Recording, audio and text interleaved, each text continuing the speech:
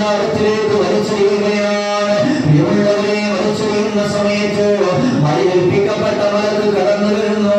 ഇബ്രാഹിം നബി അലൈഹിസ്സലാമിനോട് അനുവാദം ചോദിക്കുകയാണ്. നബിയേ, അങ്ങ് അനുവാദം തന്നാ ഞാൻ മഴ പെയ്യിപ്പിച്ച് വെള്ളം കൊണ്ട് തീ അണച്ചു കളയാൻ നബിയേ. ഇബ്രാഹിം നബി അലൈഹിസ്സലാം അനുവാദം കൊടുക്കുന്നില്ല. കാറ്റിന്റെ മലക്ക് വരികയാണ്, അനുവാദം ചോദിക്കുകയാണ്. കാറ്റടിച്ച് ഞാൻ ഈ തീ അണച്ചു കളയാൻ നബിയേ അനുവാദം തന്നാലും ഖലീലുള്ളാഹി ഇബ്രാഹിം നബി അലൈഹിസ്സലാം അനുവാദം കൊടുക്കുന്നില്ല. അത് കഴിഞ്ഞ് ഇബ്രാഹിം നബി അലൈഹിസ്സലാം ثم رفع رأسه إلى السماء ആകാശത്തിലേക്ക് തല ഉയർത്തിയിട്ട് പറയുകയാണ്, اللهم أنت الواحد في السماء أنا الواحد في الأرض.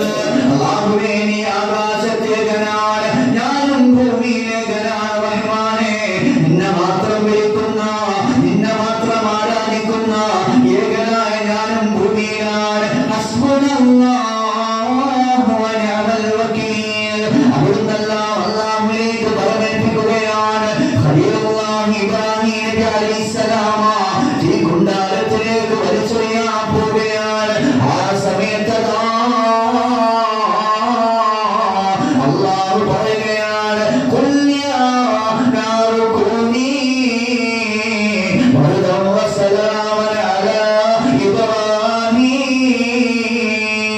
അവിടുന്ന് തീയോട് അല്ലാഹു പറയുകയാണ്, ഏ തീയേ, നീ തണുപ്പും രക്ഷയുമാവുക ഖലീലായ എന്റെ ഇബ്രാഹിമിന്റെ മേലെ, ഇബ്രാഹിം നബിയുടെ മേലെ തണുപ്പും രക്ഷയുമാകണേ എന്ന് തീയോട് അല്ലാഹു കൽപ്പിക്കുകയാണ്. പ്രിയമുള്ളവരെ, നമ്മൾ മനസ്സിലാക്കണം, അവിടെ സർവ്വതും സർവ്വലോക സംരക്ഷകനായ അല്ലാഹുവിലേക്ക് സമർപ്പിച്ചുകൊണ്ട് ഇബ്രാഹിം നബി അലൈഹിസ്സലാം തവക്കുലിപ്പിച്ചപ്പോ അല്ലാഹുവിന്റെ സഹായം വരികയാണ്. അല്ലാഹുവിന്റെ സഹായം വരികയാണ്. പ്രിയമുള്ളവരെ, തീയോട് അല്ലാഹു പറയുകയാണ്, തീയുടെ സ്വഭാവം എന്ന് പറയുന്നത് കരിച്ചു കളയുക എന്നുള്ളതാണ്.